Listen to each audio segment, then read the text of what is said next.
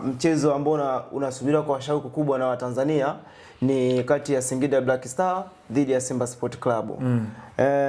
Kumekuwa na misuguano au kutupiana kwa maneno zinapokutana timu hizi mbili. Lakini kupanapokuja swala uwanjani yanakuwa matokeo tofauti na uhalisia. Tutegemea mchezo namna gani ukiangalia na vikosi vyote viwili, usajili wao, mabenchi ya ufundi yalivyoboreshwa, Ndio. Tutarajie kuweza kushuhudia mchezo mgumu na shindani kwa timu zote mbili kwa namna ambavyo historia imekuwa inazungumza pale ambako wanakutana hizi timu mbili, licha ya kwamba Simba amekuwa ana mwendelezo mzuri wa kupata matokeo ya ushindi pale ambako anamkabili Singida Black Stars, kwani kwenye historia Singida hajawahi kumfunga Simba kwenye mashindano ya ligi kuu soka Tanzania bara, au pia hajawahi kupata sare kwenye mashindano ya ligi kuu soka Tanzania bara. Pale ambako anakutana Simba amekuwa anapata ushindi, licha ya kwamba Simba alikuwa anapata mechi ngumu, lakini ushindi amekuwa anaupata. Kwa hiyo this time around ni katika uwanja wa Airtel Stadium, kwa maana Singida yupo nyumbani. Hiyo ni faida ambayo Singida anaweza akaitumia vizuri, na kumbukumbu pia namna ambavyo inazungumza mchezo wa mwisho, namna ambavyo ulikuwa katika huo uwanja timu hizi zilipokutana, licha ya kwamba Simba aliibuka na ushindi wa magoli 2-1. Kwa hiyo ni mchezo ambao tunauangalia katika muktadha namna hiyo, kwamba hautakuwa rahisi kwa timu zote mbili, ushindani, lakini pia ile competition ya wazi, kwamba Singida Black Stars ni miongoni mwa timu ambayo ina wachezaji wenye uwezo mzuri tu wa kucompete na kutoa ule ushindani wa maana dhidi ya wachezaji ambao wanaunda kikosi cha wekundu wa Msimbazi Simba. Unadhani urejeo wa Jonathan Soa kwenye klabu ya Singida Black Star utakuwa na manufaa yote kuelekea mechi ya Simba Sport Club? Soa ni fox on the box. Ni miongoni mwa washambuliaji ambao hadi hivi sasa tayari amekwisha dhihirisha ubora wake wa kufunga upo katika eneo gani. Mechi 2, goli 2. Kwa ujumla ni miongoni tu mwa washambuliaji ambao wana takwimu nzuri hadi hivi sasa akiwa na kikosi cha Singida Black Stars. Mchezaji ambaye sasa hivi nikiwa namwangalia akiwa kiwanjani, mchezaji ambaye kwanza anacheza akiwa hana pressure.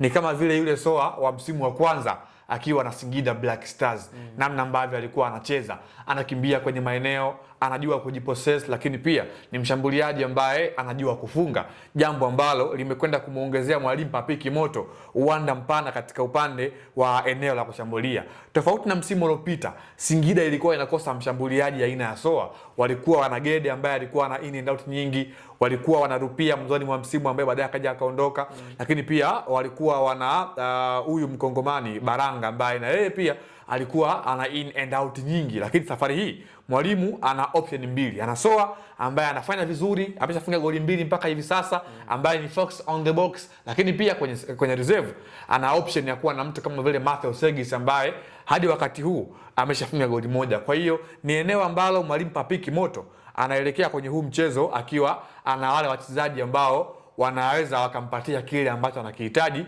kutokana na yeye kile ambacho anakiamini moja kwa moja. Kwa timu zote mbili kati ya Singida pamoja na Simba Sport, unadhani ni wachezaji gani ambao kwa timu zote mbili wanapaswa kuwa makini nao?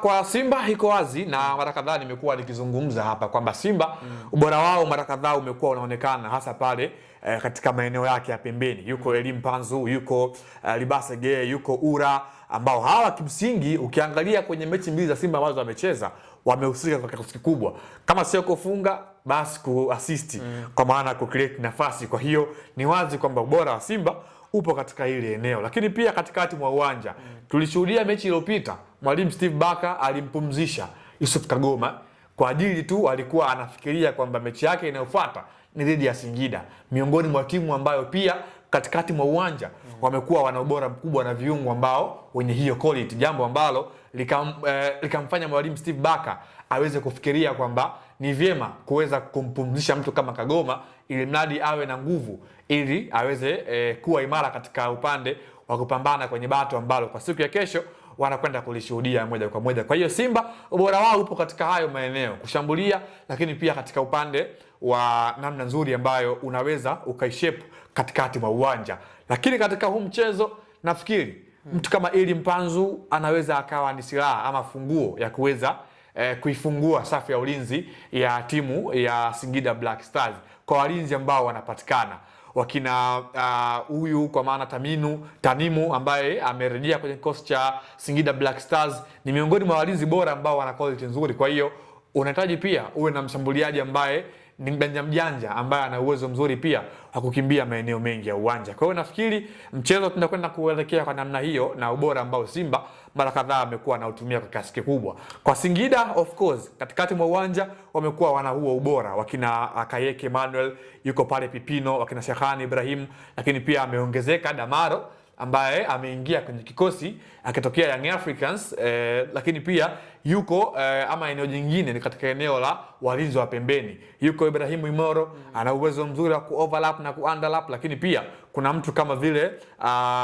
huyu anaitwa ni Serel Andekof Seleng ambaye na yeye pia ana huo ubora kwa kiasi kikubwa. And then pia ameongezeka Gamal Abdunasir Mohamed Asa ambaye amejiunga na Singida kwa mkopo akitokea Young Africans ambaye msimu uliopita alikuwa na kikosi cha Mashujaa Football Club. Kwa hiyo hayo ndio maeneo ambayo kwa Singida na Papiki Moto kocha mkuu wa timu hiyo amekuwa anayatumia kama maeneo muhimu kwa yeye kuweza kuelekea na kuyafanya kama mpango kazi mzuri kuelekea kwenye mchezo husika. Naam, staili ya kucheza ya timu zote mbili ukiangalia kwa Steve Barker pamoja na kocha wa Singida wanatofautiana vipi na vipi mifumo yao inavyokaa? Nafikiri kwenye kutranslate shambulizi Simba wamekuwa ni waumini wa kufanya ile quick transition, hasa pale ambako ukiwa unawashambulia wana ule mtindo wa kukushtukiza kwa kufanya counter attacks, kwa sababu wana hao wachezaji wenye ubora mkubwa kukaa na mpira mguuni, lakini pia kukimbia haraka mno na mpira mguuni. Hapa ndipo ambako utawazungumza wakina Ura Dibasege, lakini pia hata Kereso Makgalo na yeye pia ana huo ubora mkubwa. Kwa hiyo namna ambavyo Steve Barker amekuwa anacheza, hiyo ndio falsafa ambayo amekuwa anakwenda kuitumia. Kesho watamkosa Jabal, watamkosa pia na Duchu kwa sababu ya kadi nyekundu ambazo wamezipata. Nategemea kuweza kumuona mtu kama vile Nathaniel Chilambo katika hilo eneo, lakini pia nategemea kuweza kumuona mtu kama vile Neo Maema ambaye nafikiri atakuwa fiti licha kwamba kwenye mechi iliyopita kuna majeraha madogo ambayo aliweza kuyapata. Kwa hiyo katika muktadha namna hiyo ina confirm kwamba muda mwingi wa mchezo Simba atakuwa na hiyo kasi ya kiasi kikubwa, huku pia akiwa ana create nafasi kutokea pande mbili za uwanja, kulia kushoto, lakini pia katikati kama vile ambavyo mara kadhaa amekuwa anafanya. Kwa Singida Black Stars ni timu ambayo wao wamekuwa wako very flexible. Wana wachezaji ambao wana hali tofauti kiwanjani. Wana Shakani Ibrahimu ambaye ana uwezo mzuri wa kupiga tokea nje, lakini pia wana Soa ambaye ni mshambuliaji mzuri, anaweza akakimbia na kuwachanganya walinzi wa klabu ya Wekundu wa Msimbazi Simba, kwa maana Rushen Deriek sambamba na Olivia Ture, kwa kile ambacho tumekuwa tukiwashuhudia wakikifanya kwenye kikosi cha Wekundu wa Msimbazi Simba. Kwa hiyo katika muktadha namna hiyo nategemea kuweza kushuhudia timu hizi mbili zikiwa zinaingia katika mlengo mzima wa kuweza kuheshimiana, lakini pia kuweza kushambuliana kwa zamu kwa quality, lakini pia namna ambavyo timu hizi zimekuwa zikicheza pale ambako wanakutana moja kwa moja. Naam, tukisalia hapo kwa upande wa makocha, Steve Barker msimu uliopita 2025-26 alikuwepo, lakini Singida Black Star kocha wao ni mpya. Kwa wanapokwenda kukutana, wanakutana wote wakiwa hawafahamiani. Unadhani kwenye taswira hii ya kutokufahamiana ni kipi hasa ambacho itakuwa surprise kwetu kwa mashabiki wa mpira? Nafikiri Papiki Moto anaifahamu vyema Simba, sio mgeni, kwa sababu kwenye mechi takriban 2 za msimu uliopita alikuwa ni sehemu ya benchi la ufundi la Singida Black Stars akiwa kama meneja wa timu hiyo.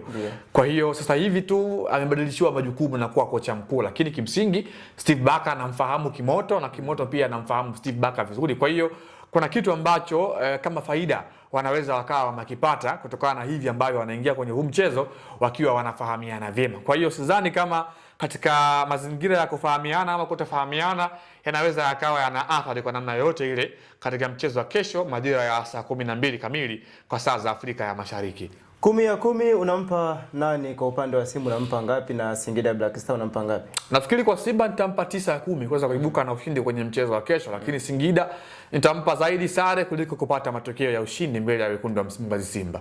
Naam, hiyo ni tathmini ya Leopard John, mwite sauti ya mvua, akisema kwamba Singida atampa nafasi ya kutoka sare na sio kupata matokeo yaliyo bora. Jina langu ni Dhahabu ya Mara, nyuma ya kamera yupo Arafa Kaula.